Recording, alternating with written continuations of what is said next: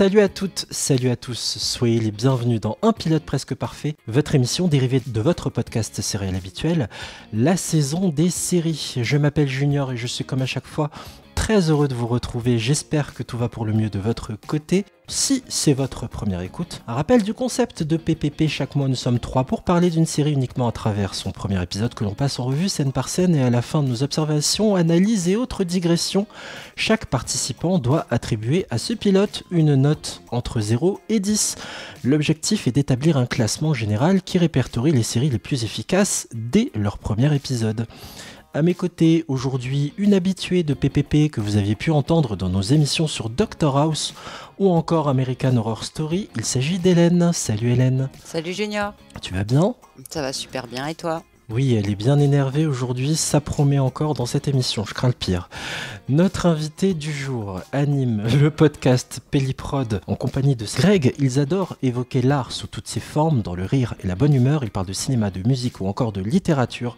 Je suis ravi d'accueillir Jason, ou Jazz pour les intimes. Salut Jason. Salut tout le monde. Sois le bienvenu, ça va ? Bah super, impeccable, je suis super content d'être ici. C'est ton baptême du feu, taillé. Et oui, ouais, non, c'est cool. On stresse pas, hein. Attention. Non, surtout pas. Je sais qu'Hélène fait peur, mais on stresse pas. Donc, Non, elle est super sympa en plus. En Elle plus, m'a bien accueilli. Quand elle dit rien, elle est sympa. Donc, allez, on remonte le temps, direction le 23 septembre 2008, date à laquelle était diffusée sur la CBS aux États-Unis la série The Mentalist. 7 saisons et 151 épisodes. La série s'est arrêtée en février 2015. Elle est actuellement dispo sur la plateforme Prime Video, ainsi qu'en DVD et Blu-ray. Pour vous donner un petit aperçu, je vous propose un premier extrait et on en parle juste après. Je vous aiderai si vous voulez bien. Vous ne pouvez rien pour moi. Vous savez quoi d'abord ? Toutes sortes de choses. Vous n'aimez pas vraiment faire du ski, par exemple ? C'est vrai. Vous êtes contente que votre meilleur ami vienne de prendre du poids. Quoi, 5 kilos ? Vous auriez aimé être plus intrépide quand vous étiez jeune. Vous aimez l'Inde, mais vous n'y êtes jamais allé. Vous avez du mal à dormir. Votre couleur favorite, c'est le bleu. Je ne sais pas, je comprends rien. Vous êtes médium ? Non. Observateur, c'est tout. À une époque, je faisais le médium et je gagnais plein d'argent. Si je vous dis cela, c'est pour que vous compreniez qu'il serait absurde de me cacher quoi que ce soit. Alors, avant que tu nous résumes de quoi parle la série The Mentalist, Jason, tu évolues toi aussi dans le monde du podcast.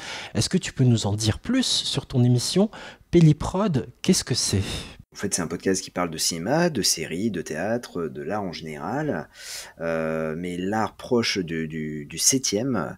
Et du coup, tous les vendredis, nous avons un épisode qui s'appelle le quart d'heure Pelli, où en fait, on va parler d'un sujet en solo qui nous intéresse, et tous les 15 jours ou 3 semaines, nous avons en fait une grosse émission de plus d'une heure qui est diffusée le lundi, et donc dedans, on peut retrouver la Libre Antenne, le Sagarton, la BZ Film ou encore le Pellicash. Voilà, je vous recommande vraiment chaudement son podcast, et tout particulièrement celui sur Nakash et Toledano, ou encore les Screams, c'était vachement bien. Ah bah c'est gentil, bah merci beaucoup. Je te garde sous le coude, Jason, pour celles et ceux qui n'ont jamais, mais alors jamais maté The Mentalist, ou Mentalist tout court pour TF1. Je sais pas pourquoi ils ont retiré le The. Est-ce que tu peux nous faire le pitch de cette série, s'il te plaît ? Donc, l'unité des crimes majeurs du California Bureau of Investigation, dirigée par Teresa Lisbon, enquête sur des crimes avec la collaboration de Patrick Jane, consultant pour le CBI, utilisant ses facultés de mentalisme. Patrick Jane dispose d'un sens très fin de la psychologie et de son mental. Il ne s'agit pas d'un pouvoir, car il a aussi été prestidigitateur. Sa carrière de voyant lui a également permis d'acquérir des connaissances pointues en matière d'analyse psychomotrice. Tous ces talents rassemblés lui permettent d'être plus précisément un mentaliste, ce qui lui vaut d'être également un manipulateur très efficace pour résoudre les enquêtes. En parallèle de ces enquêtes avec le CBI, Jen s'efforce de recueillir des informations sur John le Rouge, un tueur en série qui signe toujours ses meurtres par un smiley réalisé à partir du sang de ses victimes sur les murs. John le Rouge a tué sa femme et la fille de Jen, qui autrefois se faisait passer pour un médium et qui s'était moqué du tueur durant un spectacle télévisé. Jen met donc tout en œuvre pour découvrir l'identité du tueur afin de venger sa famille. Très bien. Cette série, on retrouve au casting Simon Baker, Robin Tunney, Amanda Righetti, Tim Kang, Owen Yeoman. Je tiens juste à préciser d'ailleurs que pour la petite histoire, le pilote n'a pas de nom, il n'y a pas de titre. En tout cas, ça s'appelle tout simplement Pilot. Je voudrais savoir déjà quand est-ce que vous avez découvert cette série, Hélène. C'était quand la première fois que tu as maté The Mentalist? Bah écoute, moi je l'ai découvert sur TF1, à la télé en fait, hein, à sa sortie en 2008, quand vous étiez encore en primaire. Non, je rigole. Donc, Elle devient désagréable. donc je l'ai découvert à sa sortie, j'ai tout de suite accroché. Très bien, moi pareil, hein, j'ai découvert ça sur TF1. Alors ce qui m'a fait aller vers cette série, c'est son acteur principal, Simon Baker, que j'avais déjà vu, ça va vous faire rire mais c'est vrai. C'est une série qui a contribué à m'amener vers des études de droit et qui s'appelle Le Protecteur, The Guardian. Ah yes. J'adorais ce qu'il faisait. En gros, tu m'arrêtes Jason si je dis des bêtises, hein, je parle vraiment avec mes souvenirs. En gros, c'est une série dans laquelle c'est un grand avocat d'affaires qui commet une connerie. En fait, il se fait choper avec de la cam. Je sais plus s'il l'a acheté ou s'il la vendait. Enfin, il s'est fait choper en flagrant délit.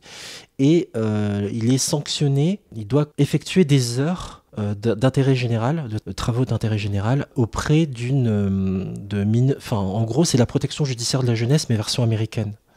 Au début, il déteste ce métier, il déteste le contact avec les enfants, et au fur et à mesure du temps qui passe, il apprivoise ce métier qu'il finit par adorer, en fait, au point de ne plus vouloir être avocat d'affaires. Jason, tu voulais dire pardon? C'est vrai, The Guardian, c'était une série qui passait l'après-midi, il me semble, hein. Donc je regardais aussi sur TF1. J'ai découvert The Mentalist lors de sa première diffusion, sur TF1 aussi en 2008. Et j'avais été un peu marqué, et ça avait été un peu le scandale, puisque TF1 se fichait un peu de l'ordre des épisodes. Et donc ils avaient passé 4 épisodes, et les 4 étaient, à part le pilote, mais les autres, en fait, c'était un peu diffusé, un peu n'importe comment. Et moi, je me souviens de Simon Baker dans Harley, Cœur et Vif. Ah non, hein, on va pas reparler de cette série. Hein. On a parlé du pilote il y a quelques semaines. Épargnez-moi. Non, je te charrie, Jason. Oui, c'est vrai qu'il était passé par cette série. Comme Dominique Purcell, il me semble, de Prison Break et certains. Tout à fait, ouais. Exact. Donc oui, découverte sur TF1, et ça fait plaisir de rencontrer quelqu'un qui a maté Le Protecteur en VF, ou The Guardian, parce que c'est vraiment pas une série connue. Non, je pensais en plus TF1, il me semble qu'au niveau de la diffusion, on a fait un peu à sa tête, et du coup, je me souviens avoir vraiment regardé les 2 premières saisons, et après, les 2 dernières, c'était compliqué à voir, ouais. Moi, je l'ai regardé, pour être très transparent, illégalement, hein, pareil. Au bout d'un moment, TF1, c'était plus possible. Donc, je regardais sur des streamings pas très légaux. Je rappelle qu'on était bien avant l'arrivée des plateformes. Oui. Donc, on n'avait pas beaucoup d'options, à part se ruiner DVD, mais c'était compliqué. D'ailleurs, je ne sais pas si vous l'avez vu, tu as fait dans ton pitch, Jason, un résumé aussi de ce qu'est un mentaliste. Tu sais qu'à d'ailleurs, dans la saison 1, on affichait un panneau pour dire ce qu'est un mentaliste. Tout à fait, ouais. Ouais, c'est vrai, dans le générique.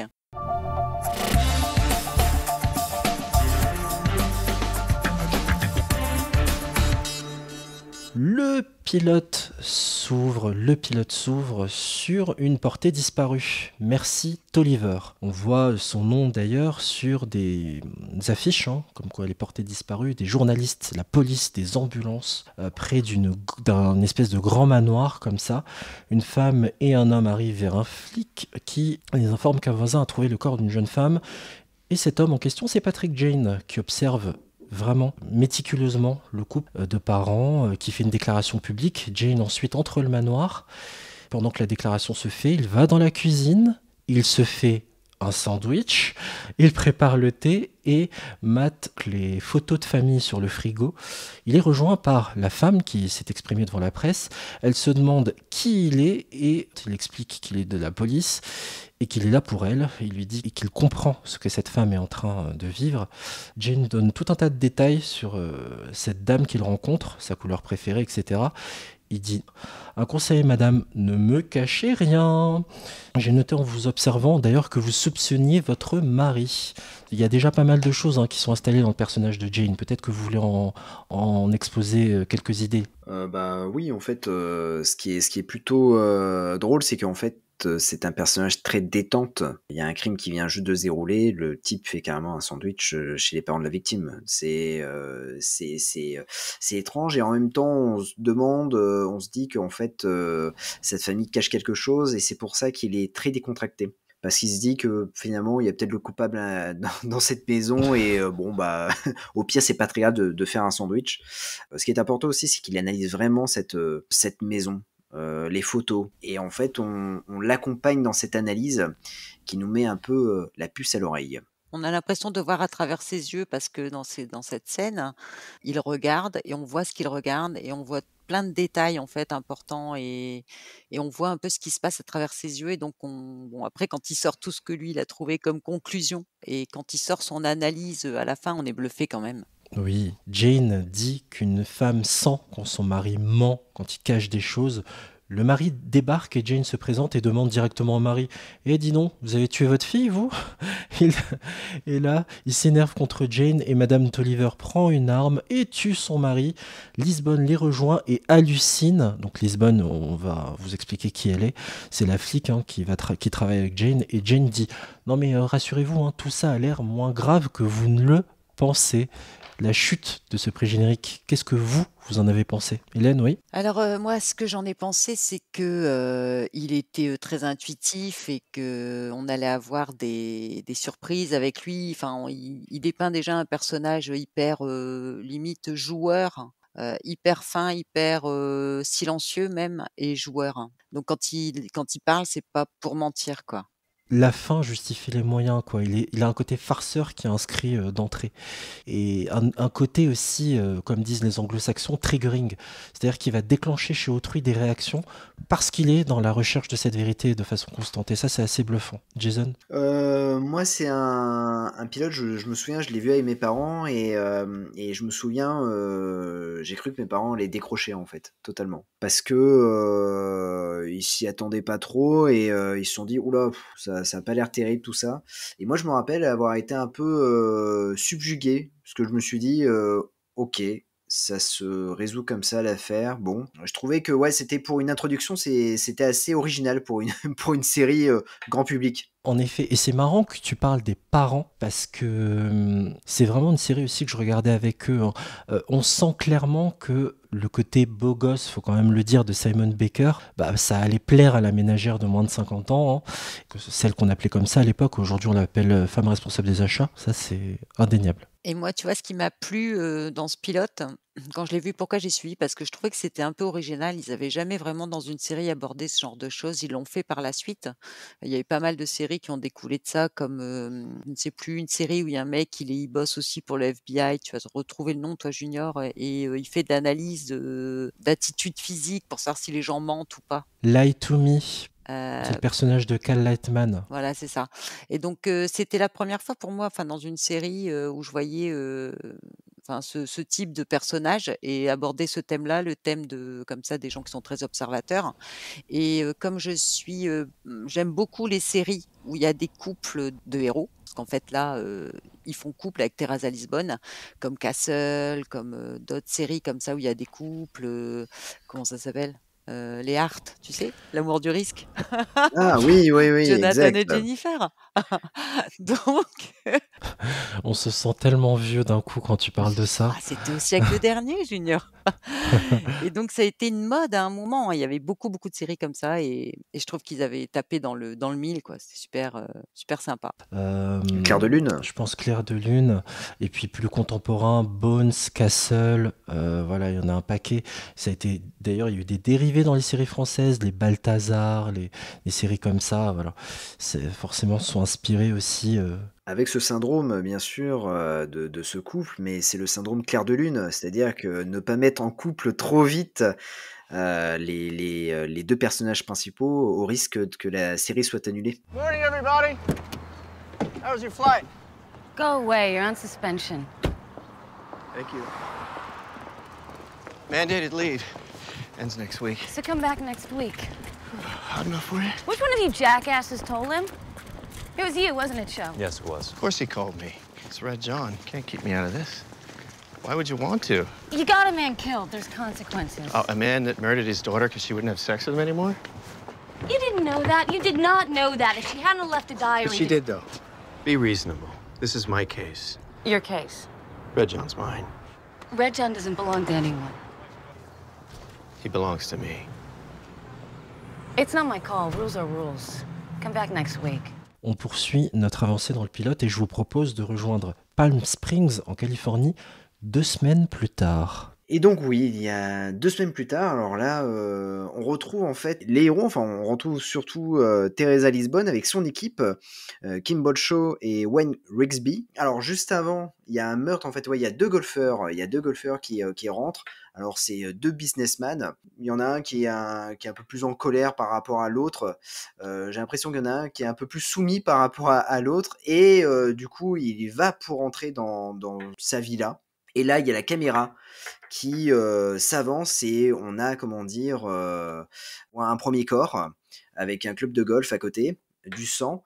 Et puis, on a un deuxième corps un peu plus loin dans la chambre et c'est une jeune femme blonde. Et là, du coup, on voit l'équipe du CBI arriver. Donc, en premier, nous avons Teresa Lisbon. Et puis après, des deux côtés, nous avons Kim Shaw et Wayne Rigsby, qui sont en fait c'est les 2 acolytes qui vont toujours la suivre.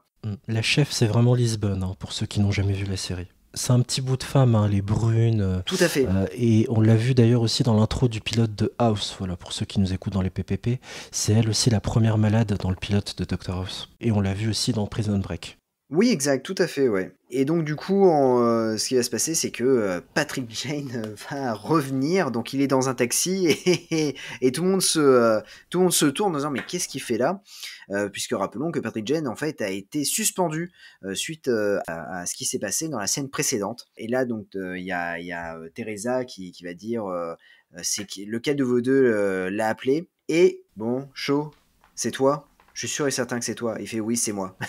Et donc du coup, lui, Patrick Jane va arriver dans l'équipe. Il va embrouiller Teresa en disant non mais vous inquiétez pas, je suis en congé sans solde, ça se termine bientôt. Mais quand on parle de John LaRue, je suis toujours là. On va savoir aussi ce qui s'est passé dans la scène précédente. On va savoir que du coup, c'était bien le père de la jeune fille qui avait tué du coup sa fille. Comment on le sait, c'est que la fille tenait un journal intime disant que son père l'a violée. De ce fait, en fait, ils vont rentrer dans cette maison, il me semble. Ils rentrent dans la maison où c'est l'autopsie. J'ai un petit doute par rapport à ça. Non, je pense qu'ils rentrent dans le commissariat, à mon avis. Ils rentrent dans le commissariat directement. Ils rentrent dans le commissariat et puis ils vont à l'autopsie. Et donc c'est à ce moment-là, en fait, que le médecin légiste va entamer en fait la discussion. Patrick Jane va lui couper la parole, encore une fois.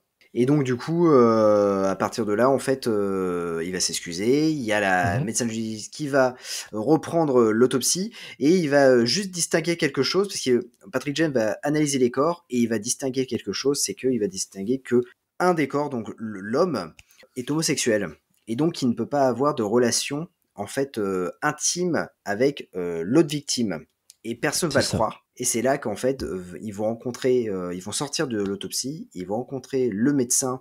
C'était l'ami, le médecin de famille. le médecin qui est mort, dont Patrick Jane dit qu'il était gay, était le médecin de famille la jeune femme qui est morte aussi. Et là il rencontre ses collègues. Ouais. Il y a Allison qui est morte et le médecin de la famille, Tannen. Retenez bien ça parce que c'est important pour la suite de l'enquête. D'ailleurs, ce qui me frappe, moi, c'est que vraiment, Jane est en mode rattrapage à 100% et tout de suite, on nous affiche son côté très fort en déduction. Non mais il est gay, je vous le dis, j'en suis sûr. C'est ça. Ouais, en fait, le médecin va confirmer en fait que il y a l'homosexualité de la victime en fait. Et même les 2 autres policiers, donc Rigsby et Shaw, vont faire une tête en disant, disons qu'il est trop fort, comment il l'a fait. Et ce qui montre encore une fois que Patrick Jane a toujours raison. Alors moi, ce que je pense de cette scène, c'est qu'on voit qu'il est un peu rebelle parce qu'on lui dit qu'il ne doit pas venir, il insiste et il est passé au-dessus de Teresa Lisbon. pour rentrer quand même dans la salle d'autopsie et pour s'imposer. Et il a donné la raison dès le départ, c'est-à-dire qu'on sent qu'il est personnellement impliqué dans le fait qu'on soupçonne John le Rouge. Mais on ne sait pas encore pourquoi il dit John le Rouge m'appartient. On sent tout de suite que, comme dans toutes les séries où il y a des enquêtes policières à chaque épisode, comme dans Castle, etc., on sent tout de suite que derrière chaque épisode qui est indépendant l'un de l'autre, il y a un fil conducteur et que ce sera John le Rouge. Là, on a en fait ce que vient d'évoquer Hélène, c'est clairement la traduction de ce qu'est un procédural, comme les Castle, comme les Bones, comme beaucoup les New York Unité Spéciale, section criminelle, tout ce que vous voulez, les experts bien sûr. Dexter. Voilà, Dexter par aussi, exemple. Même si c'est un peu plus pointu en fait que ça encore. C'est un peu plus dense en termes scénaristiques que les séries grand public comme celle que je viens d'évoquer. Jason, ton regard sur la scène que tu viens de nous raconter? Ce qui est important, c'est que oui, alors je suis entièrement d'accord sur le fait qu'il suit finalement la même étape qu'une série lambda, comme Castle, comme New York Police Judiciaire ou autre. Cependant, c'est assez rare de mentionner un fil rouge dès le départ. C'est-à-dire qu'il va annoncer John le Rouge de suite. Et là, on va se dire, ah, il y a un lien entre Patrick Jane et John le Rouge. Et ça, c'est très très intéressant. Et ça, c'est vraiment assez rare pour une série policière et assez, culotté pour un pilote. Et ce lien va durer longtemps. Même On va y trop revenir longtemps. en fin d'émission. Trop Ouais. longtemps. Allez, je vous propose de passer en mode reconstitution. Oui, donc après cette scène dans le commissariat au moment de l'autopsie et de la rencontre avec le docteur Wagner, on arrive à la reconstitution dans la maison, la reconstitution du crime. Et là, on a un agent fédéral, enfin un agent de police, un enquêteur qui nous fait la reconstitution, mais on voit qu'il prend son pied à le faire, quoi, surtout quand il simule les coups de club de golf dans la tête. Et il est persuadé lui aussi que c'est John le Rouge le coupable. Il fait tout ça devant l'équipe du CBI qui progresse dans la maison avec lui au fur et à mesure qu'il reconstitue les crimes. Et Patrick Jane, lui, assez rapidement, il lâche l'affaire, il suit pas tout le monde et il va direct dans la chambre où la femme est morte et il observe. Il observe le sang sur le lit, les photos et surtout le symbole de John le Rouge, comme nous expliquait Jason au tout départ, c'est-à-dire un smiley dessiné avec 3 doigts au sang sur le mur avec le sang de la victime. Et on voit qu'il dit rien, mais comme d'habitude, ça lui évoque des choses et on se retrouve tout à coup dans un flashback 5 ans plus tôt, dans la tête de Patrick Jane, puisqu'en fait, c'est un souvenir. Ce qu'il voit là sur le mur lui rappelle que 5 ans plus tôt, il faisait le médium à la télé, c'est-à-dire qu'il faisait croire à des gens qui communiquaient avec les esprits. On a une scène où il y a une femme qui parle avec, je sais pas qui, quelqu'un de sa famille qui est décédé et ensuite, il se fait interviewer dans cette même émission de télé, par, les speakers qui lui demandent, ce qu'il fait. Donc il dit qu'il aide la police, à traquer John le Rouge et il dépeint un portrait mais hyper, humiliant de John le Rouge, pendant cette émission. Il dit qu'il regrette la peine qu'il vous a faite à vous et à votre mère. Du fond du cœur. Il vous conjure de lui pardonner. Vous le ferez, Jenny. Il faut qu'il l'entende. Je te pardonne, papa. Oh oui. Je te pardonne. Je le vois sourire. Je vois des larmes de joie. Il dit que Dieu te bénisse et qu'il te protège.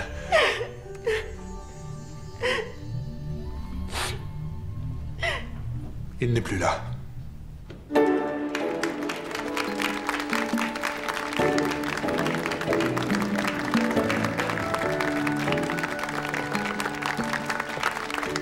Impressionnant, impressionnant, impressionnant. Elle est impressionnée. Et on retourne maintenant tout de suite dans le présent, fin du flashback, où le policier qui fait la reconstitution, donc il arrive finalement avec l'équipe du CBI dans la chambre. Il commence à expliquer sa théorie sur John le Rouge et là Patrick Jane lui dit que non, que c'est pas John le Rouge parce que normalement on voit le smiley avant le corps. Il connaît John le Rouge sur le bout des doigts, on s'en rend compte tout de suite. Et l'autre gars l'a tellement agacé qu'il montre un nouvel aspect de sa personnalité qu'on n'a pas encore bien tout à fait saisi, c'est-à-dire il est cash et il dit au gars: «Si le gore ça ne vous fait pas bander, moi je suis Britney Spears. Donc le côté farceur, on l'a, et le côté cash, direct, voilà. Il ne prend pas de gants. Non, lui ne met pas de gants, pas comme John le Rouge qui met des gants de cuisine. Et donc Teresa Lisbonne le reprend, et là, il se barre et il leur dit: vous n'avez pas besoin de moi, puisqu'en fait, pour lui, ça n'est pas John le Rouge. C'est une pâle imitation. On en apprend beaucoup sur Patrick Jane, encore une fois. Est-ce que vous avez eu, vous, cette impression d'apprendre beaucoup de choses à travers cette scène, Jason? Alors moi, il y a un fait plutôt marquant, c'est que à un moment donné, donc Patrick Jane regarde les photos du couple Randolph, et là, il y a une photo qui est très particulière. Une photo où en fait, on voit Bryce Randolph, son épouse, et Tag Randolph, le frère. Le mari et la femme sourient, et on voit Tag faire la tronche. Et on se dit directement, avec cette photo, il y a quelque chose qui ne va pas. Il y a quelque chose, on se demande, on se dit, Tag est soit jaloux de son frère, soit il a une relation avec la demoiselle qui est décédée. Toi-même, tu faisais des déductions déjà un peu, tu te mettais déjà dans la peau de Jane. Ouais, ce qui est bien dans Mentalist, hein, de tout moins les premières saisons, c'est que en fait, la réalisation était tellement bien et tellement, en fait, on était tellement dans l'esprit de Patrick Jane qu'on jouait aussi l'enquêteur et on essayait de trouver en fait les pistes de résolution de l'affaire. Toi aussi, tu fonctionnais comme ça, Hélène, dès le pilote? Ah, carrément. Pas du tout. Carrément, parce qu'en fait, comme je te disais, on voit avec ses yeux. Donc, si on voit une image, on sait tout de suite que ça va avoir un intérêt pour la résolution du meurtre ou pour savoir ce qui se passe dans sa tête. Donc, immédiatement, je cherchais. Mais c'est comme pour les séries comme Columbo, etc. Bon, Columbo, on savait qui était le meurtrier dès les 5 premières minutes. Mais là, toutes ces séries où on doit deviner, c'est le principe. Je pense que c'est le jeu. Ma pauvre Lucette. Voilà, référence de vieux. Ce que j'aime beaucoup, c'est que son œil est un radar à indices, quoi. Et que les interrogatoires, ça l'ennuie, les échanges avec les gens en pleurs, ça l'ennuie, on va y revenir. Et que vraiment, ce qui l'intéresse, c'est la suite. Nous allons avancer. On rejoint les bureaux du CBI et on retrouve Lisbonne, Shaw et Rigsby qui, après consultation de fichiers vidéo, constatent que Jane avait raison. C'était pas un meurtre de John le Rouge, donc soit c'est un imitateur, soit il a changé son mode opératoire, soit c'est John le Rouge qui a fait une erreur. Bon, Lisbonne envoie son équipe aller interroger le mari. Lisbonne prend son tel, elle contacte Jane, elle lui dit: bon, d'accord, vous avez peut-être raison sur ce dossier, merci pour l'info. Lisbonne n'est pas contre le fait d'ailleurs que Jane revienne sur l'enquête parce qu'il a été utile à l'équipe. Jane lui demande de dire: et le petit s'il te plaît là qui va bien? On l'entend pas mais on le devine à travers la conversation, et Lisbonne l'envoie chier. Je dirais pas s'il te plaît, allez vous faire foutre, putain quelle tête de con celui-là. En réalité, Jane était juste cachée un peu plus loin derrière le bureau. Et on a la première rencontre entre Patrick Jane et Grace Van Pelt. Ils font les présentations, elle lui demande de choisir un bureau. Direction la maison du mari de la victime. Le mari pleure le décès de sa femme en matant des vidéos familiales d'elle où on la voit. Chose souligne que c'était une belle femme, mais pardon, je veux savoir ce que vous avez fait de votre week-end, monsieur, parce qu'après la compète de golf entre le vendredi et le dimanche, ça m'intéresse de savoir ce que vous avez fait. Le but est de le sortir de la liste des suspects. Le mari dit qu'il était avec une masseuse qui répond au doux nom de Lady. Et pour en savoir plus sur la victime, nos héros vont se rendre dans une clinique. Est-ce que vous avez des choses à dire déjà à ce stade-là? Hélène, peut-être? Moi, j'ai senti la complicité directe entre Teresa Lisbonne et Patrick Jane. Ils se permettent des choses l'un et l'autre ensemble, et puis on sent que c'est un jeu. De chat et la souris un peu intégrés par les deux, en fait. D'ailleurs, les rôles peuvent s'intervertir entre les deux. Jason? Oui, c'est ça, tout à fait. On sent qu'il va y avoir quelque chose entre les deux. Ça va être en fait le deuxième fil rouge de la série. Et c'est pas forcément de l'amour d'ailleurs, c'est une belle histoire d'amitié aussi, d'abord. Ah oui, tout à fait, ouais. If there's anything else I can do. I appreciate that. Actually, there is. I'm out of sleeping pills. Can you fix me up? Anything strong will do. Sure. Come in for a consultation. We'll squeeze you in this afternoon. Oh, no, I was hoping to get something now. Trying to avoid the chit-chat. I'm sorry, I wouldn't feel comfortable prescribing without some sort of chit-chat. I understand. No problem. I'll call you. Maybe. on prend la direction d'une clinique privée grâce à un monsieur, le docteur Wagner, qui reçoit Jane et Lisbonne.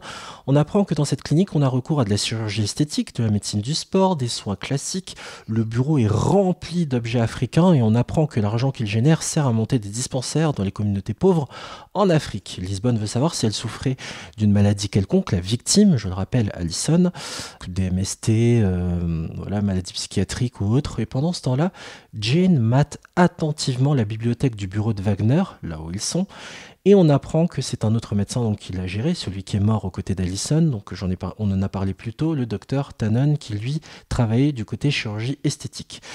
Jane demande si Tannen avait un journal. Retenez bien cette information. Jane demande si Tannen tenait un journal intime.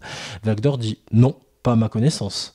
Vous verrez que ce journal va servir plus tard. D'ailleurs, quand Jane pose la question, on voit Lisbonne qui lève les yeux au ciel en mode agacé.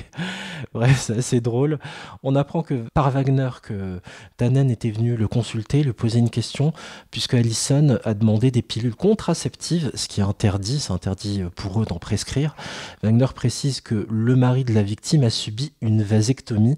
Sous-entendu, c'est pas possible normalement que la victime puisse tomber enceinte, donc vous l'aurez compris, elle avait un amant.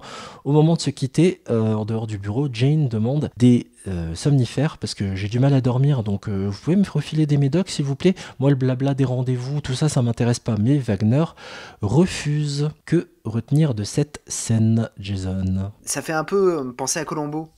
Concrètement, c'est-à-dire que sans le vouloir, on commence petit à petit à avoir des soupçons concernant le médecin et en fait Patrick Jane va s'amuser avec lui, à lui poser des tas de questions et en fait il va petit à petit semer quelques indices qui vont servir pour la suite de l'enquête en fait. Hélène? Oui, c'était intéressant puisque dans ces séries-là, en général, après, quand on en a maté beaucoup, on repère tout de suite le tueur. C'est bête de dire ça, mais au début, moi, quand j'ai regardé cette série, c'était avec l'innocence plus ou moins du nouveau et donc j'avais pas compris, j'arrivais pas au tout départ et après tu mates 2, 3, 4 épisodes, tu sais tout de suite en fonction du comportement de Patrick Jane, en fait, on dirait que dès le début, à peine il est entré, il a reniflé l'odeur de la pièce, il sait si c'est le tueur ou pas, quoi.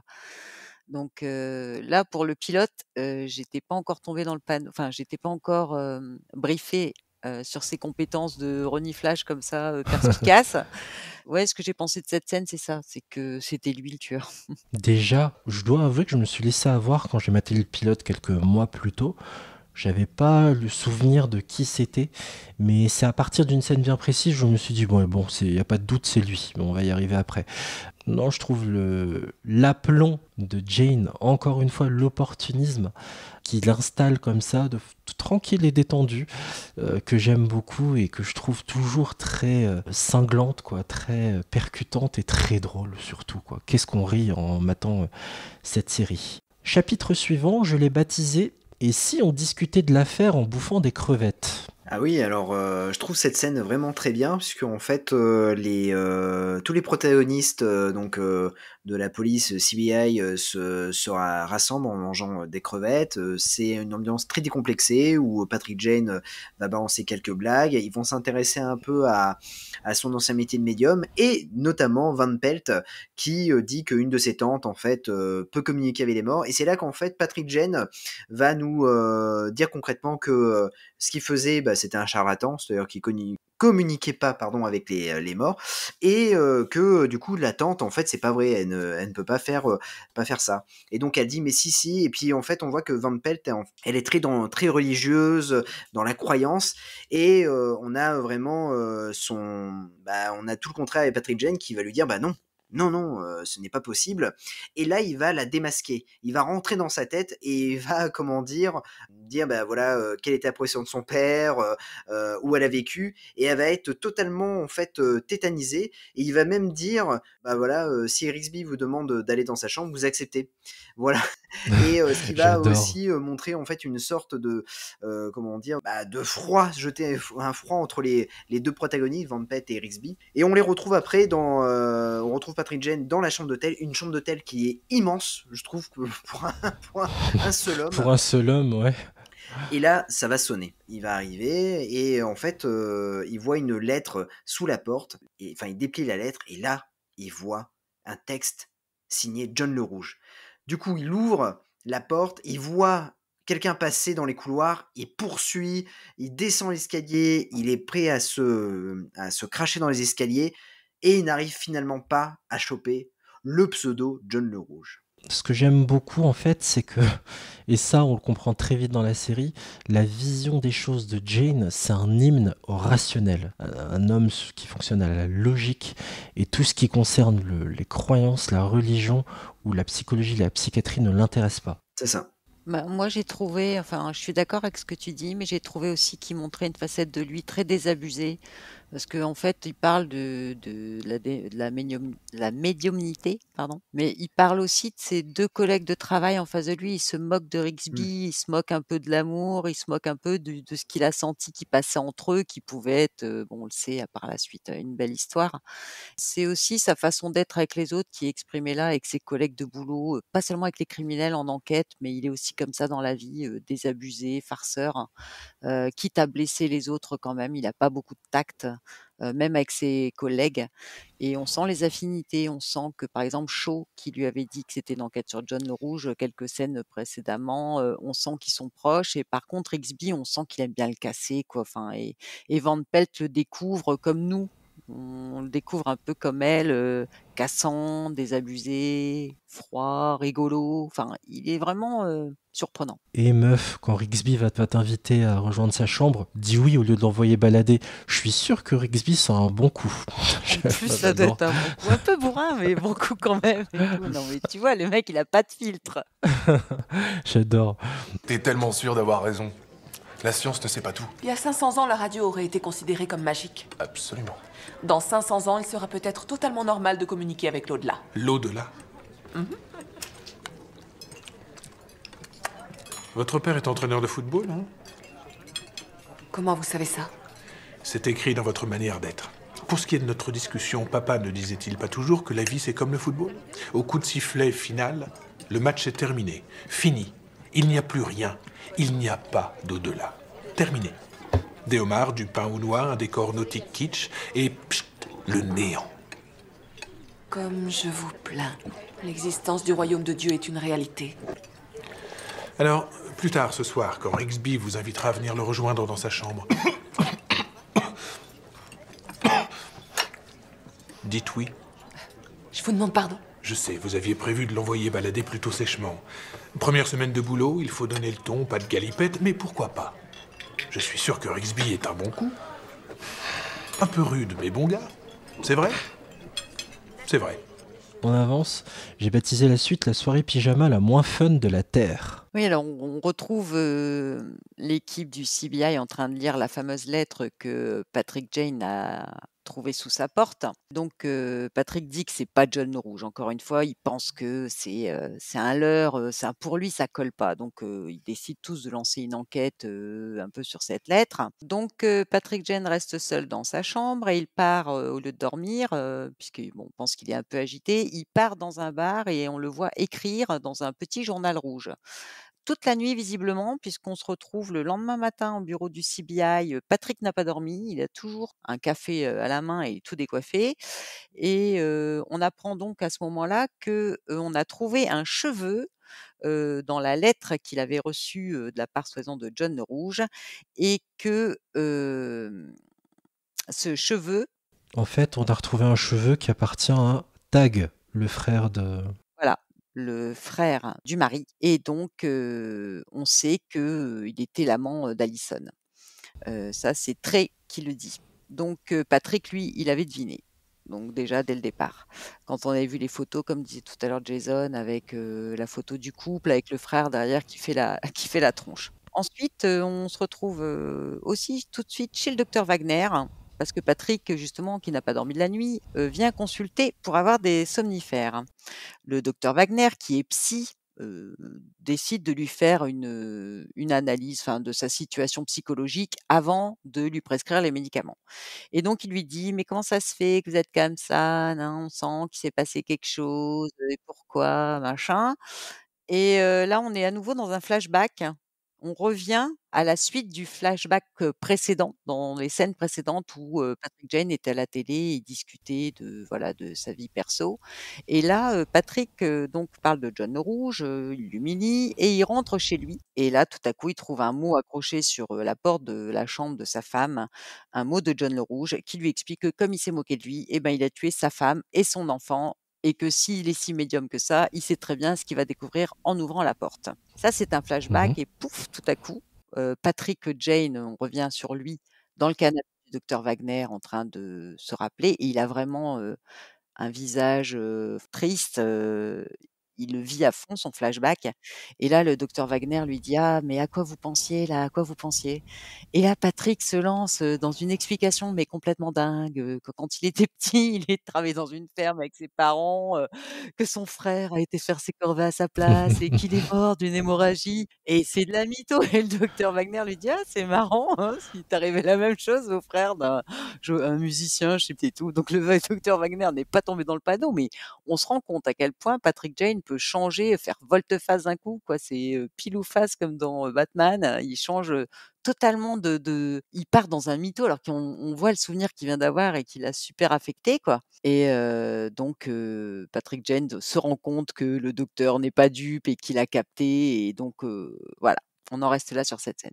Dans cette scène, on nous montre clairement comment fonctionne le vrai John le Rouge, comment il installe la peur et l'effroi. Moi, c'est ça qui m'a frappé, puisqu'on n'a jamais vu un Patrick Jane aussi désarçonné depuis le début de ce pilote. Jason. C'est vrai, totalement, et notamment ce flashback est terrifiant, même pour le spectateur, parce qu'il ouvre la porte, on ne voit rien à part comment dire, le sigle de John le Rouge. Le fameux smiley. Ouais, ce fameux smiley, et là on se dit, ça doit être horrible à l'intérieur de la chambre. Et là on se met dans la peau de Patrick Jane et on se dit, pff, c'est chaud. Là Ouais. franchement, il a subi un immense traumatisme. Je sais qu'on est sur une chaîne grand public, la CBS, c'est l'équivalent de TF1 aux États-Unis, et j'ai bien aimé ce parti pris pudique. C'est marrant comment sur ce point-là, alors que sur la même chaîne on a Esprit criminel, hein, Criminal Minds, on a gardé quelque chose de beaucoup plus pudique, là où Esprit criminel ça y va à fond dans le gore, dans le trash, J'ai bien aimé ce parti pris-là, vraiment. Hélène, là-dessus? Ben, moi en fait, c'est ce moment de l'épisode où on a la révélation sur, le fil rouge.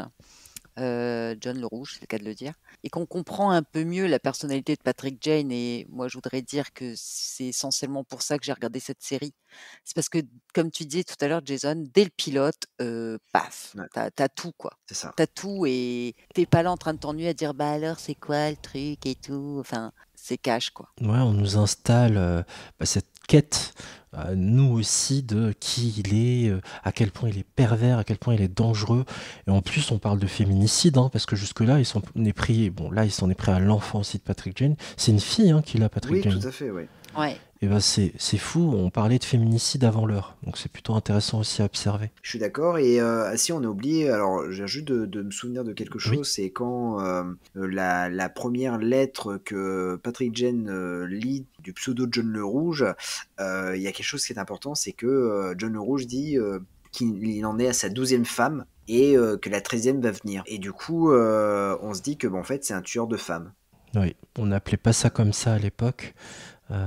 Différents termes sont passés, mais finalement, comme vous le savez tous, hein, depuis ces dernières années, validé et mis sur la place publique le terme de féminicide. Et c'est clairement pour ça. C'est parce que ce sont des femmes qu'elles sont tuées. Chapitre suivant, je sais pas pourquoi j'ai noté ça, ne me demandez pas pourquoi. Le mari est vraiment un gros con. Chaud rencontre à nouveau le mari, donc Monsieur Randolph, le mari de la victime, hein, qui en a marre qu'on s'en prenne à son frère. Il parle de persécution, Shaw le remballe et parle crûment en lui disant « On retient personne, monsieur, on retient votre frère en vue de preuves matérielles qu'il renie au meurtre. Il a un vrai mobile puisqu'il baise votre femme à couilles rabattues. » Donc Monsieur Ah Randolph, ouais, j'ai adoré, ouais. incroyable. La crudité, je l'ai pas vu venir ça. Monsieur Randolph est arrêté après les déclarations de son frère Tag qui l'accuse, donc pétage de plomb du mari qui découvre que sa femme le trompe avec son frère, pétage de cap de Tag dans le commissariat, bref, tout va bien. Peut-être un mot à dire là-dessus de votre part? Hélène est morte de rire, hein, on l'a perdu. Oh bah moi franchement à couilles rabattues, j'ai trouvé Je trouvais ça tellement excellent, le mec qui vient pour râler pour qu'on relâche son frère et qui finalement veut lui péter la tronche, quoi. C'est retournement de Ah, situation. c'est très drôle, c'est un moment très drôle. Surtout que Shaw est impassible, quoi. C'est assez drôle. Mr. Randolph, good. Cut the crap. My brother's done nothing. You scumbags haven't got the stones to come after me, so you come after my family. That is flat-out persecution. What did we agree? Mr. Randolph, rest assured, there's no intent to persecute you. We scumbags are holding your brother because we have physical evidence linking him to the crime and potential motive in that he states that whenever you weren't around, he was banging your wife like a big bass drum. Tagging Allison.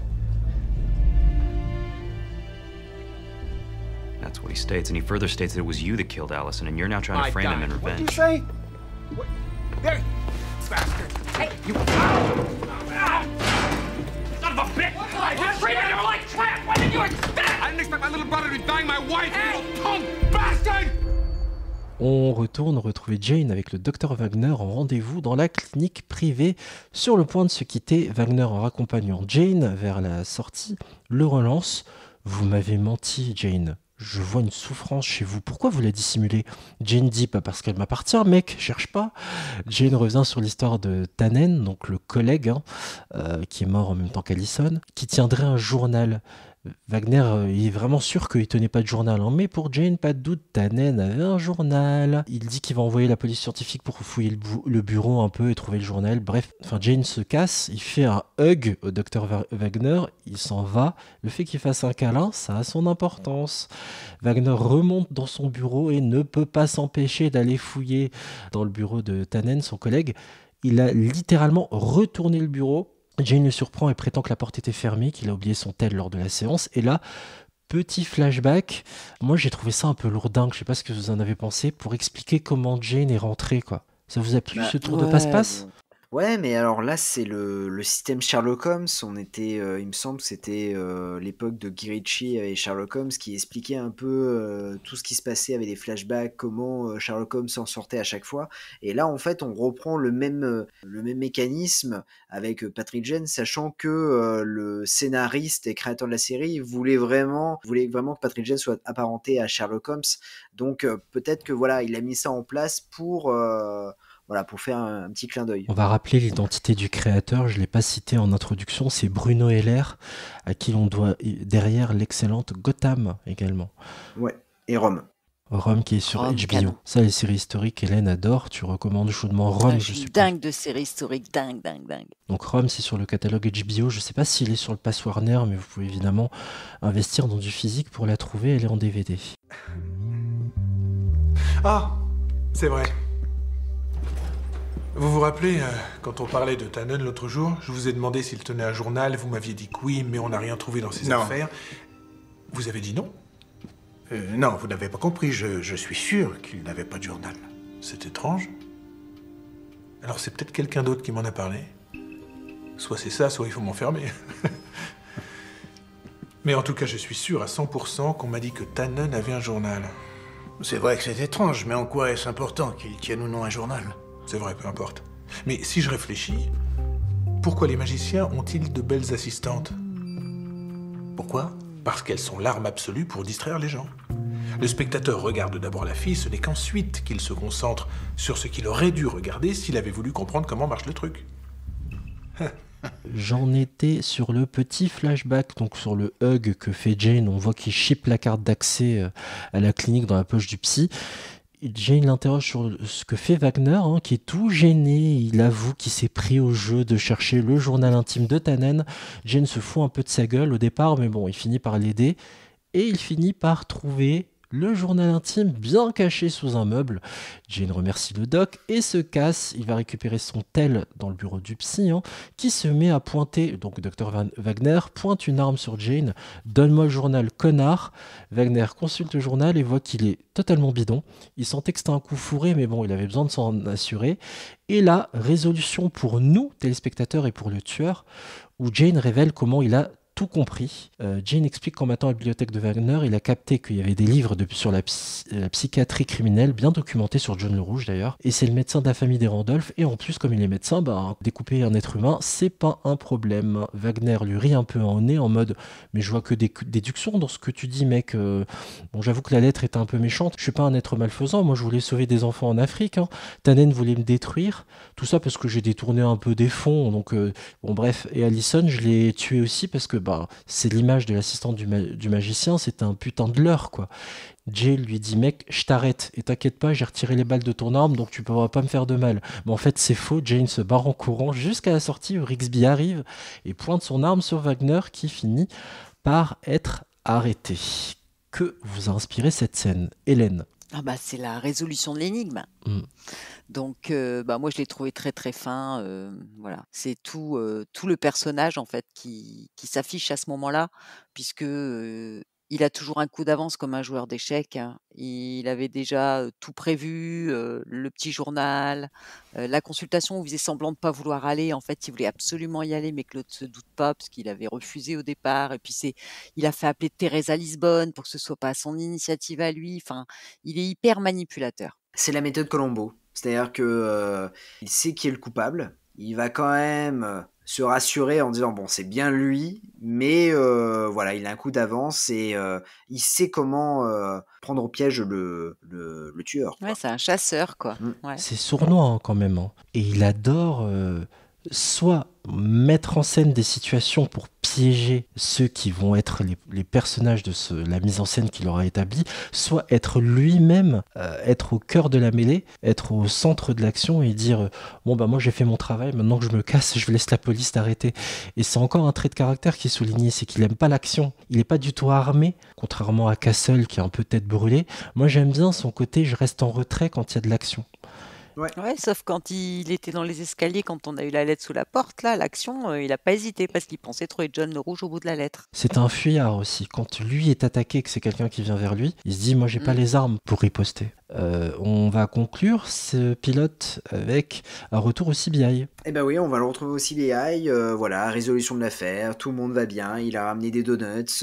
Voilà, les policiers sont Shaw et Rigsby lui disent mais comment il savait que c'était le médecin. Et puis bon il fait planer un peu le doute.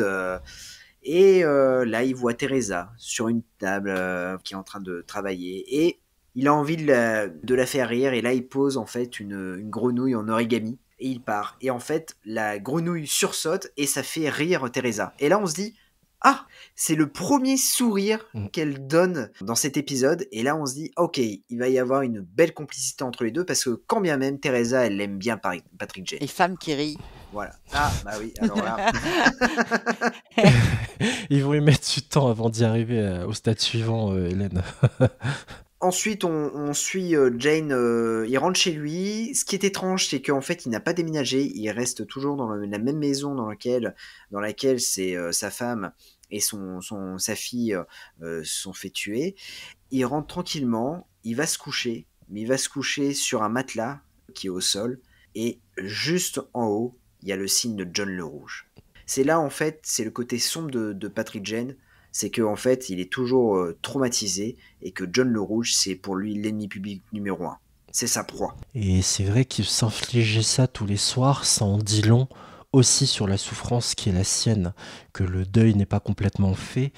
C'est comme un rappel quotidien de se dire « ça me maintient en vie et rien d'autre ». Le fait de résoudre les enquêtes et tout, ça m'amuse, mais que le véritable objectif derrière, c'est lui, et peut-être que cette peinture disparaîtra du mur de sa maison une fois qu'il l'aura arrêté. Et ça, j'aime beaucoup aussi de parler de la douleur, de cette chose qui n'est pas encore réglée dans le personnage principal. C'est plutôt bien fait pour le coup. Tu vois, moi, je ne l'ai pas vu comme toi, Junior.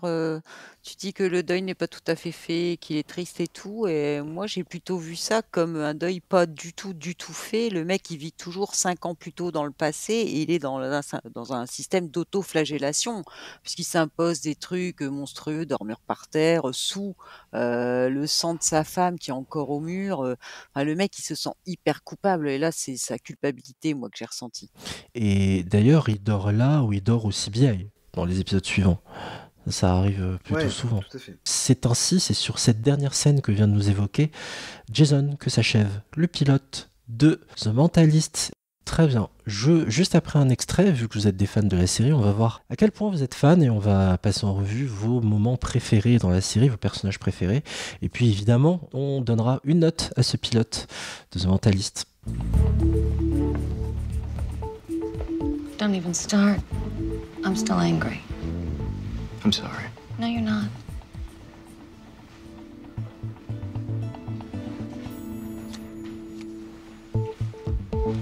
A frog? Well, this makes everything better, doesn't it? Alors, j'ai deux fans avec moi, hein. J'ai oublié de préciser d'ailleurs. Jason, tu mates en VF ou en VO la série?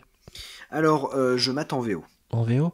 Ouais. Parce qu'il y a quand même pas mal de libertés qui sont prises en VF aussi. Hélène, tu l'as maté comment toi? En VF. Pareil, en VF. Bah, sur TF1, c'était en VF. Ouais, Enfin, c'était moi, en je l'ai VF, hein. découvert à la télé, donc je ne pouvais pas la mater en VO. Très bien. La voix française du Mentaliste, c'est Thierry Ragnaud. C'est un acteur qu'on a pu voir dans Plus belle la vie notamment. C'est vraiment un habitué du doublage qui est excellent, vraiment dans l'incarnation de Patrick Jane. Ça me fait penser, est-ce que vous avez des épisodes qui vous ont profondément marqué? On va commencer par notre invité. Honneur à l'invité, Jason. Bah non, j'ai pas d'épisodes comme ça qui me viennent en tête. C'est une série pour moi qui, comment dire, tous les épisodes se ressemblent à peu près.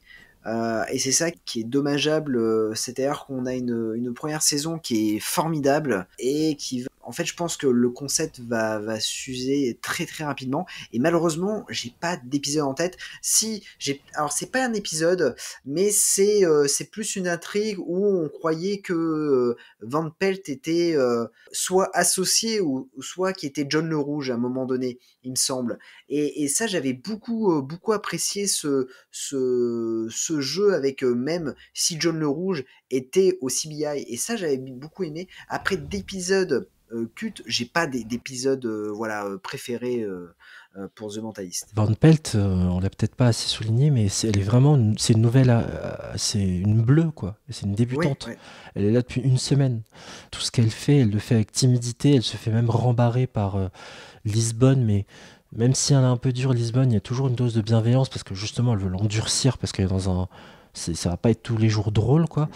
Ouais, je comprends, je vois un peu de quelle période tu parles, mais j'ai cru par exemple que tu allais m'évoquer tout simplement l'épisode de la résolution, de quand on apprend qui est John le Rouge, enfin. Ouais, bah alors, écoute, cet épisode-là, c'est pas que je préfère l'oublier, mais je trouve très dommage parce que, et c'est là en fait, c'est vraiment ultra frustrant parce qu'on s'imagine un John le Rouge cruel, on peut s'imaginer n'importe quel acteur pour jouer John le Rouge, on se dit peut-être que c'est quelqu'un du CBI, voilà. Et en fait, moi j'avais été extrêmement déçu d'apprendre que... Attention spoiler, hein. Pour ceux qui ont envie spoiler, de découvrir la série, avancez quelques minutes plus loin pour la notation. Non mais c'est c'est le shérif Tom McAllister et je me suis dit ah ok d'accord. Et là je me suis dit eh ben ils ont raté le coche parce que ils nous ont fait tenir quand même 7 saisons en haleine pour ça. Et je me suis dit non, c'est pas possible, c'est vraiment dommage. Et en fait, je trouve que c'est une série qui aurait dû tenir peut-être 3 ou 4 saisons et on le voit notamment au niveau des audiences parce qu'à partir de la 5e saison, en fait, la série perd de 5 millions de téléspectateurs parce que en fait, le concept est usé et les gens se disent non mais c'est bon, les cliffhangers, les twists et tout ça, on veut savoir qui est vraiment John le Rouge. Et je trouve un épisode déjà, et en fait le pilote démarre déjà avec ce fil rouge, bah il faut beaucoup d'imagination. Faut les tirer, ouais. Voilà, il faut les tirer. Faut les tirer sur le long. Voilà, Ouais. et c'est compliqué de les tirer sur cette saison quoi. Ça devient très très compliqué. Tu partages cette opinion, Moi, je suis Hélène? tout Est-ce à que fait- tu as des ah ouais, épisodes je ou suis- saisons qui t'ont marqué et du coup, qu'est-ce que tu as pensé aussi de la résolution? Bah alors moi, je suis tout à fait d'accord avec Jason sur la résolution. J'étais hyper déçue et c'était trop étiré dans le temps, c'est clair. Quand tu vois la série Dexter, il y a un tueur en série par saison plus ou moins. Et donc on attend une saison pour savoir qui c'est. C'est déjà bien long, un peu comme dans The Killing où on attend aussi une saison pour savoir qui c'est. Mais il y a pas mal de séries comme ça où on attend une saison, mais pas 5 ou 6. Enfin, c'est pas possible quoi. C'était C'est trop. beaucoup trop long. La résolution est intervenue en saison 6 et c'est pas tout, hein. Dans le rayon long, le fait qu'on mette Lisbonne et Jane ensemble aussi, ça a été très très long à se dessiner. Et moi j'ai trouvé que ça a été très maladroit d'ailleurs. Excuse-moi Hélène, tu voulais plutôt évoquer toi tes personnages préférés. Comme Jason, y a aucun épisode vraiment marquant à part celui de la révélation de John le Rouge. Je suis tout à fait d'accord, j'ai le même avis. Ce qui m'a permis de tenir, c'est les personnages, effectivement, puisque j'ai adoré le héros Simon Baker pour les raisons que tout le monde devine, parce qu'il est super beau gosse, rigolo, drôle et tout. C'est plutôt les personnages que l'intrigue qui était attachant. Shaw aussi, j'adore le personnage de Shaw et j'aime pas du tout le moment où il a une amie. Enfin, je vais pas spoiler non plus, mais j'ai pas aimé cette partie-là. Tu parles de Anna de Newport Beach? Voilà, Anna de Newport Beach. Tout à fait. Donc, je savais que je l'avais vu. On en avait déjà parlé sur l'émission Newport Beach. J'ai pas aimé ce passage-là, moi. Toi, c'était Jason, c'était avec Van Pelt. Moi, c'était avec Shaw quand il devient complètement neuneux là avec cette nana. Ça m'a saoulé. Très bien. Juste un truc sur l'histoire sentimentale qui se noue enfin, il me semble que c'est fin de saison 6, début de saison 7, entre Jane et Lisbonne. Est-ce que pour vous c'était intelligemment amené ou c'était franchement trop tard, ou est-ce que c'était un cheveu sur la soupe? Enfin, comment vous l'avez perçu, vous? Moi, personnellement, je l'ai perçu comme beaucoup de séries, malheureusement, comme par exemple Castle. C'est-à-dire qu'en fait, on a envie de les voir ensemble, mais il faut la manière. Castle, il y a eu la manière à un moment donné, voilà, ils l'ont bien fait, comme un peu FBI porté disparu à un moment donné, ils l'avaient fait aussi.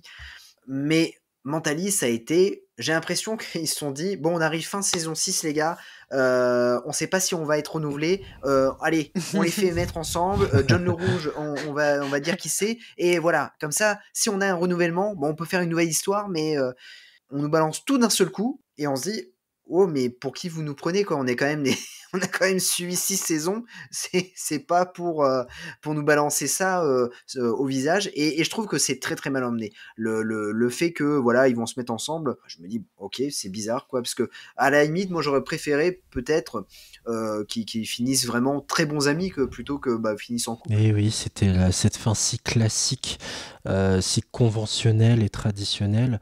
Je rappelle que dans le dernier épisode, avancez si vous ne voulez pas être spoilé, Jane Lisbonne se marie et Lisbonne est enceinte. La boucle est bouclée par rapport au deuil qu'on découvrait chez Patrick Jane au début de l'émission. C'est la résolution du deuxième fil rouge, hein, en fait. Parce que le premier fil rouge, John le Rouge étant résolu, fallait qu'il lance sur le deuxième fil rouge qui devait terminer. Mais moi, j'ai le même sentiment que Jason, j'ai trouvé que c'était bâclé, quoi. Un peu comme la dernière saison de Game of Thrones. On est d'accord, c'était un peu n'importe quoi. Juste, vous me faites penser une chose importante. Pour la blague, j'ai regardé l'épisode 2 de The Mentalist, et vous savez quoi? Le shérif McAllister est déjà présent dès l'épisode 2 de la saison 1. Et j'ai trouvé ça drôle, en fait. Façon Kaiser Soze, il est déjà là. Vrai. Donc voilà, il fait le neuneu, il fait le maladroit, et en fait, fallait le surveiller depuis le début. Souvenez-vous, hein, quand on connaît bien la série, tu sais comment il fonctionne? Tu te souviens comment il fonctionne, Jason, Patrick Jane?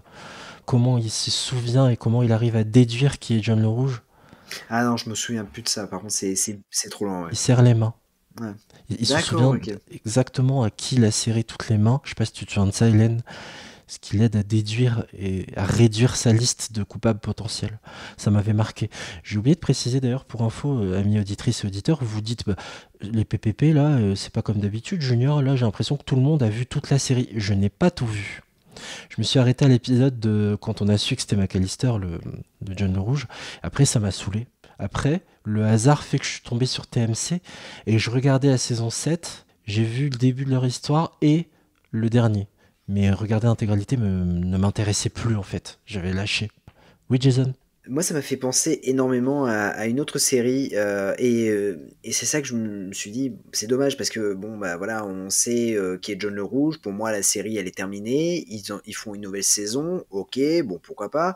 Moi, ça m'a fait penser un peu à une série comme Miami Vice, où en fait dans Miami Vice, la 5e saison, il y a une fin.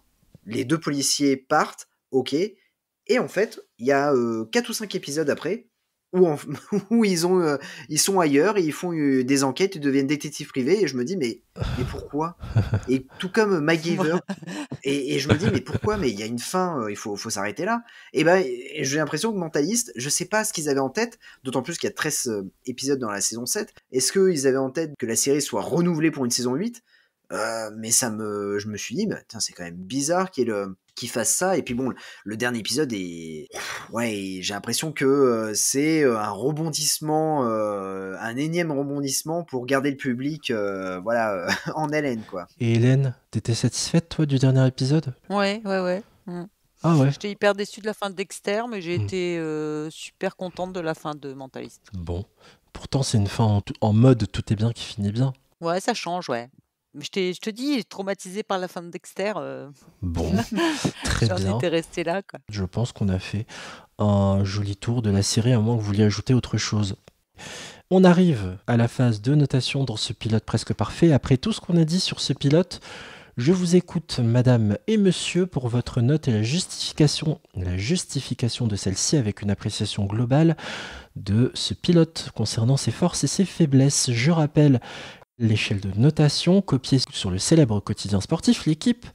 0 inadmissible comme le niveau de blague d'Hélène, 1 exécrable, 2 très mauvais, 3 mauvais, 4 insuffisant, 5 moyen comme l'animateur de ce podcast, 6 satisfaisant, 7 bon, 8 très bon comme notre invité, 9 exceptionnel et 10 parfait. Petit rappel du classement, le flop 5 et le top 5. Alors dans les 5 derniers, on va rigoler un peu. Dernière place, Hartley Cœur à Vif. Avant-dernier, Émiline Paris. À l'antépénultième place, Undo Stress. Juste avant, Malcolm et Dawson. Dans les 5 premiers, Killing Eve à la 5e place. 4e, Buffy. 3e, Dr House. 2e, Seinfeld. Et première, toujours solidement accrochée à son trône, The Crown. Bon, Jason, à toi l'honneur. Toujours honneur à l'invité. Coefficient 3. Quelle note donnes-tu à ce pilote de The Mentalist ?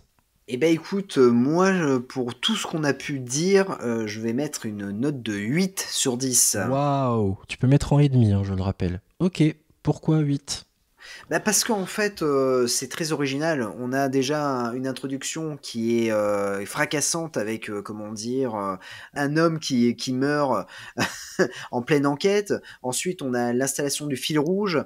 On a des personnages qui sont plutôt bien installés. Il faut rappeler que c'est quand même 45 minutes, il faut raconter beaucoup de choses.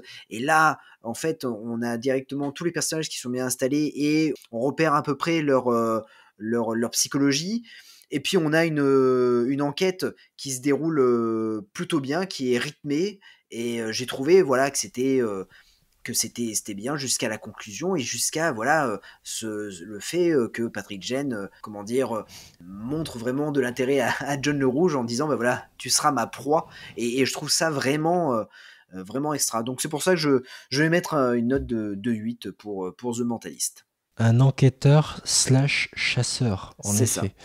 8, coefficient 3 pour Jason. Hélène, quelle note donnes-tu à ce pilote de Mentalist ? Encore une fois, je suis tout à fait de l'avis de Jason et j'ai mis 8 aussi. Pour quasiment les mêmes raisons que lui, je l'entendais parler, j'allais te dire, non, Junior, je donne pas mon avis, reprends celui de Jason, c'est la même chose. Mais non, je vais rajouter tout ce qu'il a dit, voilà. Un pilote très complet, tout est bien installé dès le pilote, hyper dynamique, tu t'ennuies pas, t'es tout de suite dans l'ambiance. En plus, on voit le côté drôle de cette série, plus le côté sombre avec Patrick Jane qui a 2 facettes. Moi, j'ai trouvé les personnages très intéressants dès le départ, donc je mets 8 parce que je me suis vraiment pas ennuyée et que il y avait un peu tout, quoi. Il y avait un peu tout, ça reprenait beaucoup de thèmes super intéressants. Vous êtes généreux, hein, donc un très bon pilote pour vous deux. Ouais. Ok, 8. Carrément, ouais. C'est parce que j'ai dit, quand je répétais les notes, l'échelle de notation, j'ai dit 8, très bon pour notre invité, du coup vous mettez 8, c'est ça ? Ok. Non, j'avais pas écouté en fait. Ouais, pour changer, tiens. Voilà. Au moins, vous savez qu'Hélène écoute à moitié. Voilà. Donc, vous savez que je suis toujours le plus dur dans cette émission. Vous le savez. J'ai mis 2. Chris Marquez. Non, j'ai pas mis 2 quand même, faut pas exagérer. Allez, je vais mettre 7. Je vais mettre 7. C'est une bonne note.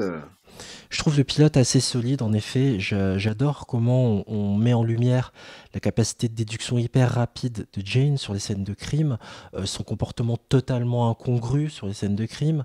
Ça, j'aime beaucoup.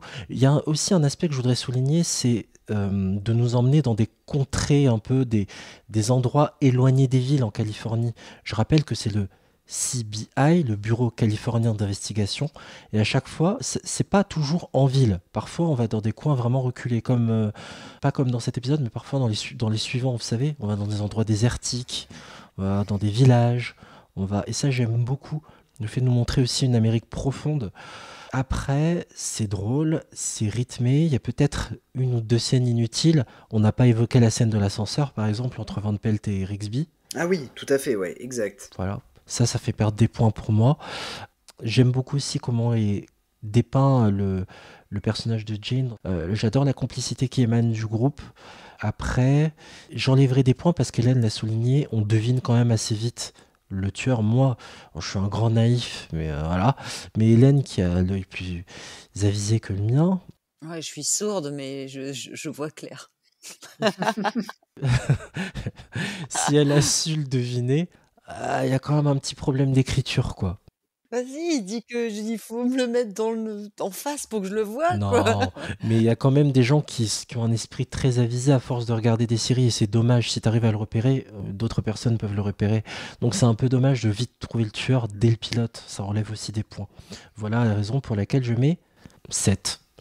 Donc, on en arrive à combien ? C'est pas mal, hein ? Le total est bien. Alors, combien ça fait ? Ça fait combien ? 7,71. Décidément, en ce moment, il y a des bonnes notes. Hein.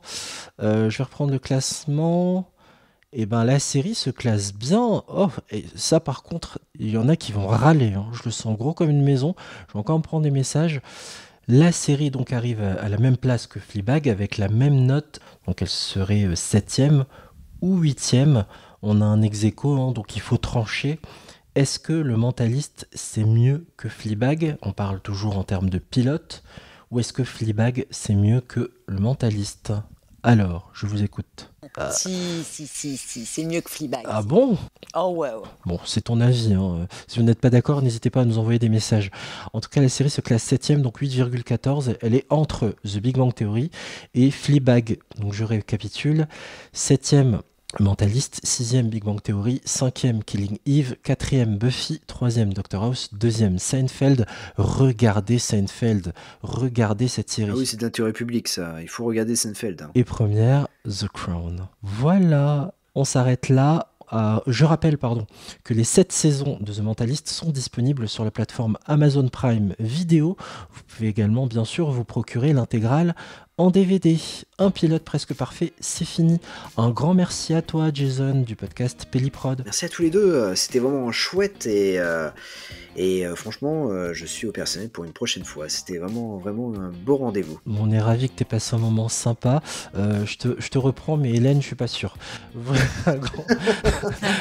Un grand merci à toi Hélène en tout cas. Merci à vous tous les deux et super Jason, on est bien d'accord tous les deux sur pas mal de choses, donc j'ai hâte de refaire un PPP avec toi. Comme ça tu vas me soutenir contre Junior qui est très méchant. Ah bah carrément alors. Vous pouvez retrouver l'épisode de PPP que vous venez de suivre, ainsi que tous les anciens sur votre appli podcast préféré. Sur Apple Podcasts, Spotify ou Podcast Addict, n'hésitez pas à nous mettre un commentaire et 5 étoiles pour nous aider à faire grandir ce podcast. On est aussi présent sur les réseaux sociaux, Twitter, @piloteparfait, ou sur Insta, la saison des séries. Un grand merci à vous, chères auditrices et auditeurs, de nous avoir écoutés jusqu'au bout. Je vous souhaite plein de bons épisodes et je vous dis à très bientôt. Ciao.